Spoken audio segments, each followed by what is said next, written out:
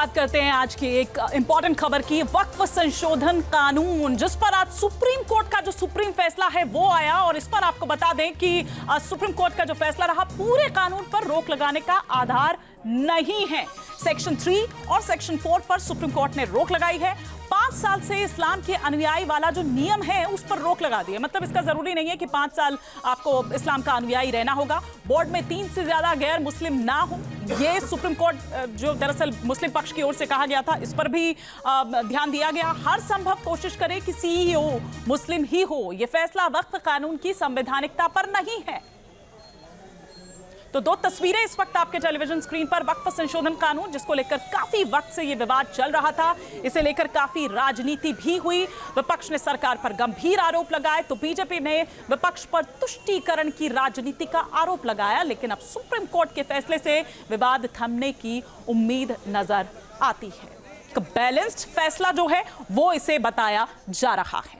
लेकिन वक्फ कानून जिस पर सुप्रीम फैसला आया, उसकी 10 बड़ी बातें क्या है, ये सिलसिलेवार तरीके से हम आपको दिखा रहे हैं। पूरे वक्फ कानून पर रोक नहीं लगाई जा रही है, यह सुप्रीम कोर्ट द्वारा खास तौर पर कहा गया।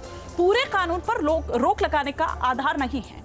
वक्फ कानून का सेक्शन 3 की बात करें, सेक्शन 4 की बात करें, तो उस पर सुप्रीम कोर्ट की रोक है। वक्फ करने के लिए 5 साल इस्लाम मानने की अनिवार्यता पर रोक है। जो पहले ये कहा गया था कि उसके लिए आपको 5 साल इस्लाम का अनुयायी होना जरूरी है, तो सुप्रीम कोर्ट ने कहा कि ये कोई जरूरी नहीं है। कलेक्टर को प्रॉपर्टी विवाद पर जो फैसला है वो लेने का अधिकार नहीं है। मतलब ये कि ट्रिब्यूनल में ये जो भी मामले हैं वो जाएंगे। कमिश्नर को संपत्ति का जो मालिकाना हक है वो तय करने का अधिकार नहीं है। वक्फ बोर्ड में 3 से ज्यादा गैर मुस्लिम सदस्य नहीं हो सकते हैं, लेकिन बोर्ड का जो सीईओ हो वो मुस्लिम व्यक्ति को ही बनाया जाना चाहिए। ये टिप्पणी कोर्ट द्वारा की गई। रजिस्ट्रेशन का जो प्रावधान है वो जारी रहेगा। इसके अलावा ये फैसला वक्फ कानून की संवैधानिकता पर नहीं है, ये भी सुप्रीम कोर्ट द्वारा स्पष्ट कर दिया। हमारे सहयोगी ने इस मामले में कुछ जो मुस्लिम पक्ष हैं उनसे बातचीत की, वो क्या कुछ कह रहे हैं, आइए आपको सुनवाते हैं। मुस्लिम पक्ष की तरफ से इस मसले पर जो सुप्रीम कोर्ट पहुंचे थे SQR इलासी साहब, सर आप लोग गए, आप क्या चाह रहे थे, आज कोर्ट से क्या क्या मिला है? देखिए, कोर्ट ने बाय एंड लार्ज हमारी बातें मान ली हैं। एक बात तो उन्होंने ये कही कि ये जो सरकार का दावा है कि हमारी प्रॉपर्टी हमारा क्लेम है, तो वो ट्राइब्यूनल नहीं सुनेगा और वक्फ बोर्ड नहीं सुनेगा, बल्कि वो कलेक्टर तय करेगा और डेजिग्नेटेड ऑफिसर तय करेगा, उसको उन्होंने ख़त्म कर दिया है। दूसरी बात ये कि ये बात थी कि साहब वक्फ बोर्ड के अंदर, सेंट्रल वक्फ काउंसिल के अंदर जो मुसलमान होने की शर्त थी वो हटा दी गई, तो उन्होंने ये फिक्स कर दिया कि 4 से ज़्यादा गैर मुस्लिम नॉन मुस्लिम नहीं हो सकते हैं, वो फिक्स कर दी गई है। इसके साथ साथ ये वक्फ बाय यूज़र के सिलसिले में भी उन्होंने बहुत स्पष्ट ऑर्डर दिया है। और इसी साथ साथ ये जो प्रोटेक्टेड मॉन्यूमेंट वाली बात थी कि अगर वक्फ आर्कियोलॉजिकल सर्वे ऑफ इंडिया के तहत में है तो वो क्लेम ये होगा, कोई अब वो वक्फ प्रॉपर्टी नहीं रहेगी, उसको ख़त्म कर दिया है। ये कह दिया कि थर्ड पार्टी कोई क्रिएट नहीं होगी। तो ऐसी बाय एंड लार्ज हमारी बातें मान ली गई। 5 साल वाला जो प्रैक्टिशनर मुस्लिम वो भी हटा दिया है। 5 साल वाला ये प्रैक्टिसिंग मुस्लिम वाला, ये बिल्कुल आर्बिट्री टाइप की चीज़ थी, इसलिए वो हटा दिया गया। सर एक महत्वपूर्ण सवाल ये भी है कि जिस तरीके से हम देख रहे थे पूरा वक्फ बाय यूज़र पर आप लोगों का जोर था, उसको लेकर क्या कहा गया है? वक्फ बाय यूज़र पे भी डिटेल ऑर्डर में बात आ जाएगी तफसील से, लेकिन वक्फ बाय यूज़र का जो प्रोविज़न मौजूद था उसको इंटैक्ट रखा गया है। तो अभी सेटिस्फाई सर नज़र आ रहे हैं, आप लोग संतुष्ट हैं इस पूरे जो तक संतुष्ट है? तो मुस्लिम पक्ष जो है काफ़ी हद तक संतुष्ट जो है नज़र आ रहा है इस पूरे आदेश से। वीडियो जर्नलिस्ट मुकेश झा के साथ मोहित बख्शी, न्यूज़ नेशन, दिल्ली। मुस्लिम पक्ष की आपने बात सुनी, अब आइए हिंदू पक्ष के जो वकील है वो क्या कुछ कह रहे हैं वो भी आपको सुनवाते हैं। मैं माननीय सुप्रीम कोर्ट के फैसले का स्वागत करता हूं। माननीय सुप्रीम कोर्ट ने नए वाले कानून को एक तरीके से पूरी तरह वैलिडेट कर दिया है। बहुत सारे ऑब्जेक्शन लिए गए थे, बहुत सारे धाराओं पे स्टे करने की मांग की गई थी, माननीय सुप्रीम कोर्ट ने उसको नकार दिया है। केवल उनको इतनी रिलीफ मिली है कि जो नए वाले कानून में व्यवस्था थी कि जो 5 साल तक प्रैक्टिसिंग मुस्लिम होगा वही वक्फ कर पाएगा, उसको माननीय सुप्रीम कोर्ट ने स्टे किया है। बाकी और सारी मांगें नकार दी गई हैं। जहां तक बात ये थी कि ये डीएम के यहाँ सुनवाई होगी या ट्रिब्यूनल में, उस पर भी स्पष्ट कर दिया है कि जो मामले ट्रिब्यूनल में चल रहे हैं उसकी ट्रिब्यूनल में ही सुनवाई होती रहेगी, लेकिन जो नया आएगा विषय वो डीएम के सामने जा सकता है, या वो आदमी कोई ट्रिब्यूनल में ले जाना चाहे तो ट्रिब्यूनल में भी, उसमें कोई अभी तक रोक नहीं लगाई है। तो इस फैसले का मैं स्वागत करता हूं। मैं आशा करता हूं कि माननीय सुप्रीम कोर्ट जल्दी से इसकी फाइनल हियरिंग कर देगा और इसका फाइनल डिसीजन भी जल्दी आ जाएगा।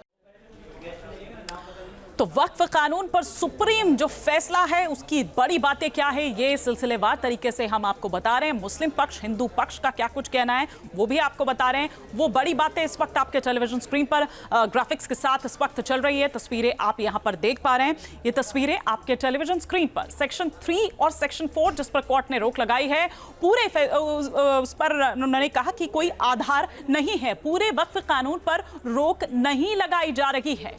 तमाम और बातें जो इस दौरान कोर्ट के द्वारा कही गई।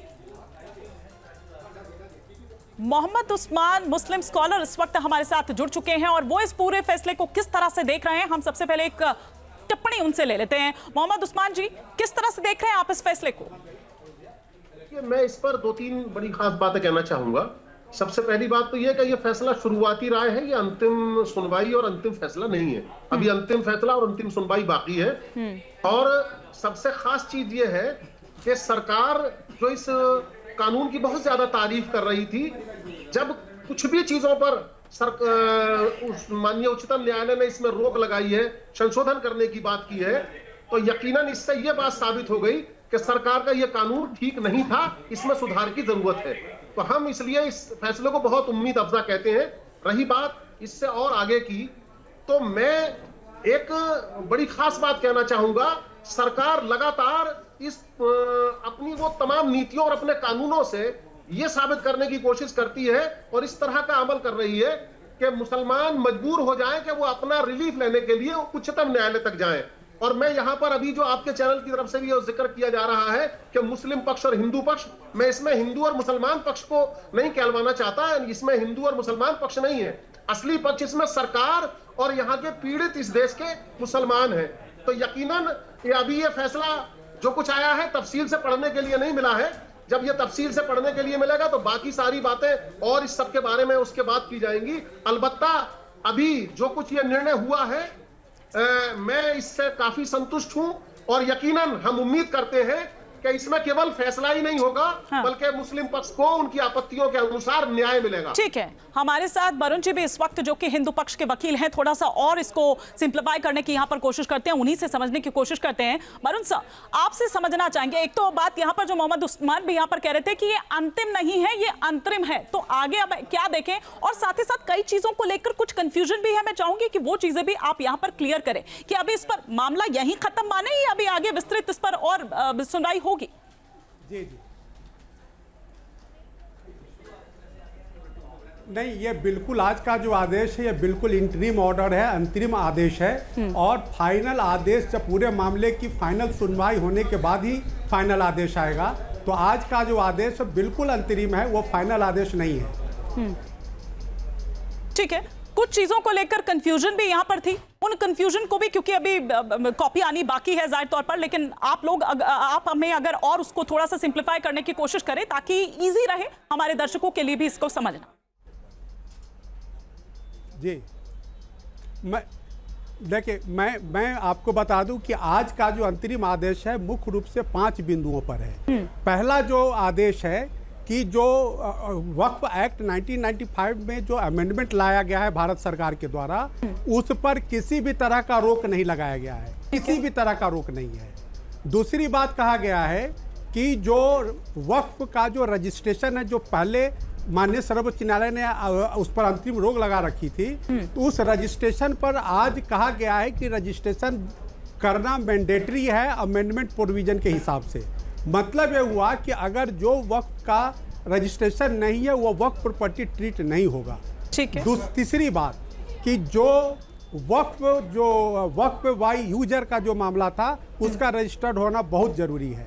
चौथी बात कि जो रेवेन्यू ऑफिसर के रिपोर्ट पे डीएम किसी भी वक्फ प्रॉपर्टी को इलीगल डिक्लेयर करके उसका पोजीशन ले सकता था, उस पर रोक लगा दिया गया है। यानी कि जो वक्फ कानून के हिसाब से और वक्फ अमेंडमेंट के हिसाब से यह कानूनी प्रक्रिया न्यायालय या ट्राइब्यूनल, जो वक्फ ट्राइब्यूनल है या हाई कोर्ट है, उसके आदेश के हिसाब से गवर्न होगा। तो यहाँ पर मुस्लिम पक्ष के लिए थोड़ी सी राहत है। जो पांचवा बात है कि जो वक्फ करने के लिए 5 साल इस्लामिक लॉ का प्रैक्टिस होना जो अनिवार्य बताया गया था, अमेंडमेंट के हिसाब से उस पर रोक लगा दिया गया है। मैं आपको बताऊं कि जब इस पूरे मामले की सुनवाई चल रही थी तब solicitor general of India Tushar Mehta साहब ने माननीय अदालत से कहा था इस प्रश्न का जवाब देते हुए कि जो 5 साल इस्लामिक लॉ प्रैक्टिस करने वाला ही वक्फ कर सकता है। इस पर आदेश चाहे जो भी आदेश पारित करेगी, ठीक है, तो उसके लिए वो जरूरी नहीं होगा। मैं आऊंगी सर, ये आपने बहुत हद तक क्लियर कर दिया है। कुछ और पॉइंट्स पर भी मैं लौटूंगी आपके पास। हमारे साथ महंत राजू दास भी इस वक्त जुड़ चुके हैं। महंत जी, आप किस तरह से देख रहे हैं इस फैसले को? देखिए, मैं कोर्ट को साधुवाद देता हूं कि जिस प्रकार से भारत सरकार ने एक ऐसा कानून बनाकर दबे कुचले शोषित वंचित मुसलमानों का कल्याण हो सके, जिस प्रकार से हम पीड़ित पक्ष हुआ करते थे, अगर हमने हमारे जमीन को किसी ने कब्जा, किसी ने आपत्ति कर लिया तो हम उन्हीं के पास जाते थे। कोर्ट जाने का कोई चारा, कोई जुगाड़ ही नहीं रहता था और कोर्ट में सुनवाई भी नहीं होती थी। तो इतना अच्छा कानून भारत सरकार ने बनाया है, कोर्ट ने भी सहमति प्रदान किया है, तो ये बहुत अच्छी बात है। ठीक है, मोहम्मद उस्मान जी, आप लोग गए थे ना, आपका मेन तो जो आपत्ति थी ये बाय यूजर, बाय कोर्ट और साथ ही साथ इंडीड को लेकर, ये आप तमाम बातें यहां पर लेकर पहुंचे थे। साथ ही साथ आपको ये भी था कि कहीं ऐसा ना हो कि बैक डोर से, फ्रंट डोर से एक पेंडोरा बॉक्स जो है उसके बाद वो खुल जाएगा और कब्जा लेंगे। अब तो वो क्लियर हो गया क्योंकि सुप्रीम कोर्ट ने यहां पर ये कह दिया।